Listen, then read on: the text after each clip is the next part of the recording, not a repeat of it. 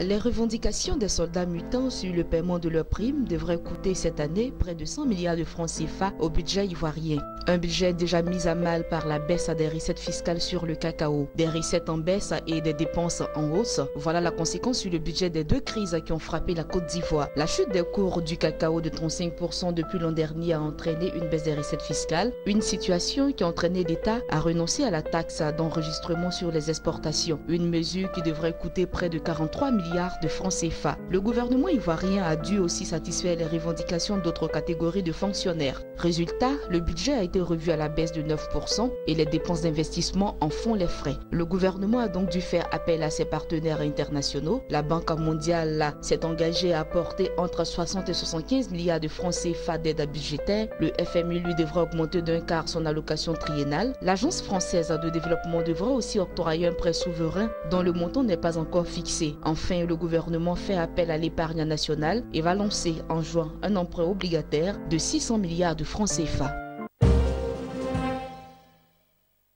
Maroc Clear, dépositaire central des titres au Maroc, et DCBR, dépositaire central, la Banque de règlement en Côte d'Ivoire, ont signé un accord de coopération visant à consolider le partenariat stratégique entre les deux institutions. L'accord s'articule autour des trois grands axes de coopération, à savoir échanger les expériences et les bonnes pratiques entre les deux dépositaires centraux, promouvoir et encourager les opportunités de coopération, notamment dans le cadre du rapprochement des deux places financières, renforcer les capacités des équipes des deux institutions sur les domaines liés au métier des titres.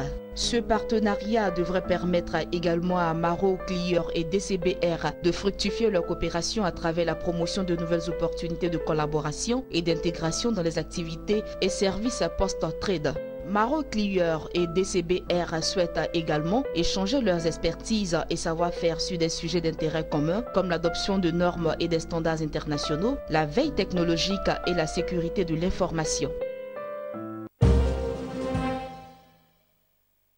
2 semaines après avoir démarré le forage du puits Ayamé 1X dans le bloc CI 513, la firme d'exploration britannique Ophir Energy en est revenue bredouille. Le forage du puits a atteint une profondeur de 5394 mètres et visait des poches d'hydrocarbures dans les compartiments de turbidite, dont le santonien et le turonien. La compagnie britannique a précisé que les intervalles potentiels de réservoirs d'hydrocarbures ont été observés comme prévu, mais les volumes détectés ne sont pas importants.